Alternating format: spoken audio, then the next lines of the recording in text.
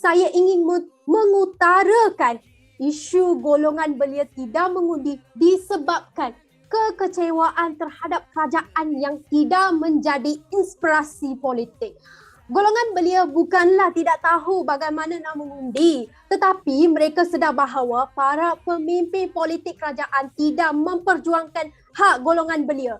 Hal ini dapat dibuktikan dalam dapatan kajian Institut Darul Ehsan dan Universiti Selangor yang dilaksanakan tahun lepas menyatakan bahawa 72.4% belia Selangor yang berusia 18 hingga 20 tahun tidak ingin mengikut perkembangan politik disebabkan bosan dengan tingkah laku ahli kerajaan politik negara kita.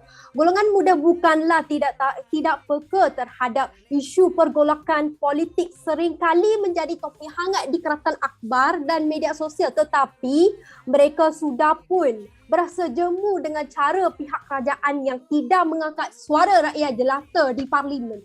Dan juga isu ketidakstabilan landscape politik dan ekonomi semasa menjadi kebimbangan rakyat utama menurut tinjauan Ipsos pada tahun lepas.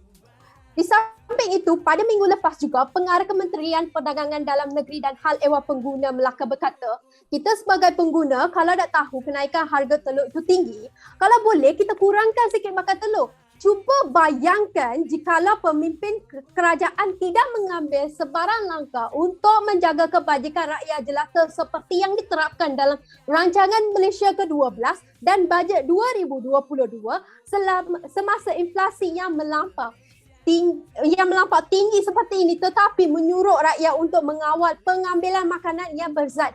Adakah ia melambangkan pemikiran kritikal sebagai seorang pemimpin politik kerajaan? Dengan situasi seperti inilah sebenarnya golongan belia berasa kecewa dan menyesal mengundi untuk pemimpin kerajaan seperti ini.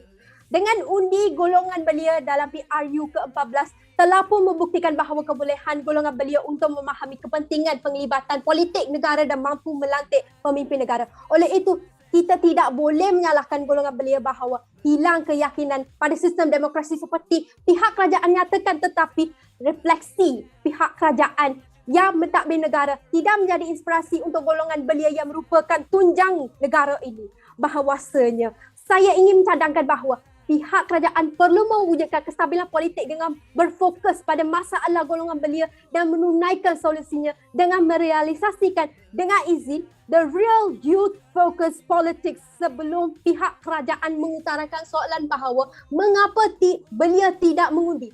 Tepuk dada, tanya selera, mohon terus mencadang. Sekian, terima kasih. Kita Malaysia.